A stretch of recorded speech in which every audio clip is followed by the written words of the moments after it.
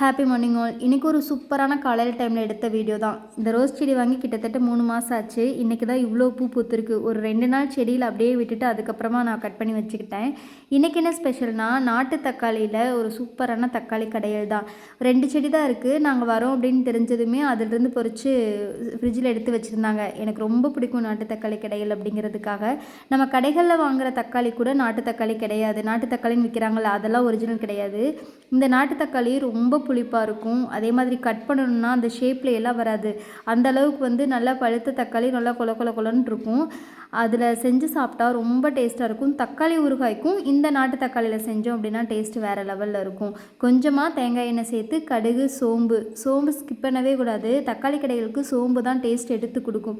பொரிஞ்சதுக்கப்புறமா பச்சை மிளகா, கருவேப்பில் போட்டு தாளிச்சிட்டு தக்காளி போட்டு உப்பு போட்டு நல்லா வெந்ததுக்கப்புறமா ஃபைனலாக நல்லா கடைஞ்சி எடுத்தோம் அப்படின்னா தக்காளி கடையில் ரெடி ஆகிக்கும். இட்லி, பணியாரம், தோசை எல்லாத்துக்குமே செம்ம சூப்பராக இருக்கும். அப்பா தான் ஊட்டிடணும் அப்படின்ட்டு ரொம்ப அடம் பிடிச்சி சாப்பிட்டுட்ருக்கா. அவர் எந்திரிக்கிறதுக்கு சங்கடப்பட்டுக்கிட்டு அப்படியே வச்சு ஊட்டிட்டு இருந்தார். இன்றைக்கி டே எனக்கு இப்படி தான் போச்சு. நெக்ஸ்ட் ஒரு வேறு விலாகில் பார்க்கலாம். தேங்க்யூ.